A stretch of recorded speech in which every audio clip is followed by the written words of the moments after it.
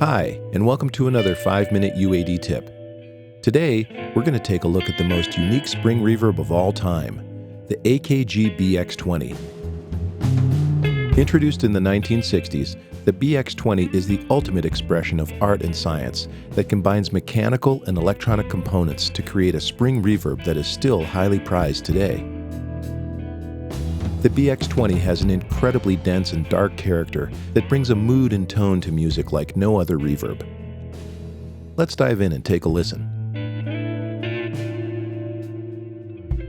When you want to soak your guitars in dark, dreamy reverb with tons of 60s overtones, one way is to insert a mono-to-stereo BX20 directly on the track rather than using the typical send-return setup.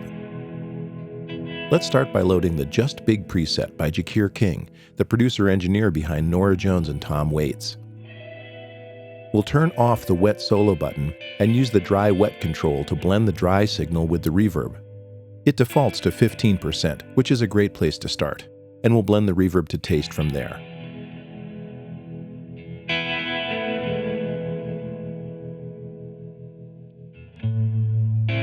The preset uses the mono input along with the AB tank selection. This feeds the mono input to the two independent reverbs on the BX20. The A tank is the left channel and is naturally tuned to lower frequencies. The B tank is the right channel and enhances higher frequencies. When combined, the two create a deep and wide stereo image. Now let's take a look at some of the software features built into the BX20 plugin, not found on the hardware. For a darker color, let's switch to Tank A, which stereoizes this mono tank across both output channels.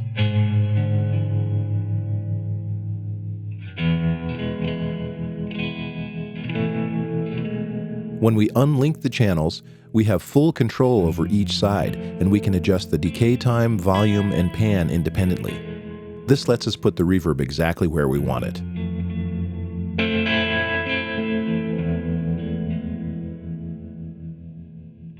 And now let's check out the stereoized Tank B for a brighter sound.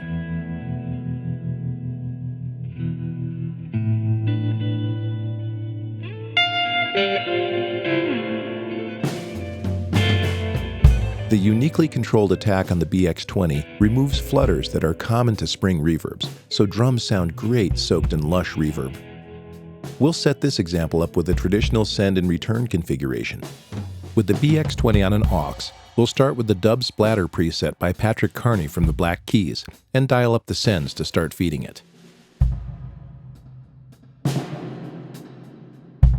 Now we'll turn the direct signal off. This removes the tank's direct component that can make percussive sounds overshadow the reverb. For a splashy wide effect, we'll switch to the B tank, pan the channels hard, and set the two decays to different lengths.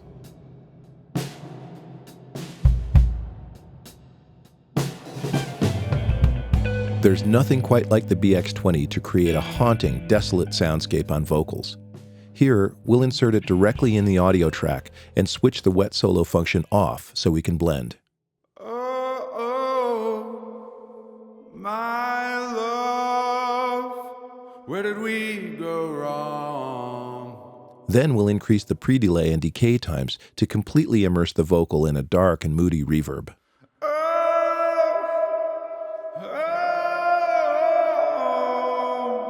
We're living in the ashes of what once was. From here, we'll audition the other tanks and adjust the decay times. My love, my love, my love, we had it all. Oh, oh, oh, we're living in the ashes of what once was. As you can hear, there are no bad settings, and you can use a ton of this reverb effect to blend elements together or make them stand out in their own space. Now you can harness the sound and feel of the legendary AKG BX20 Spring Reverb, only for the UAD2 and Apollo platform, and only from Universal Audio.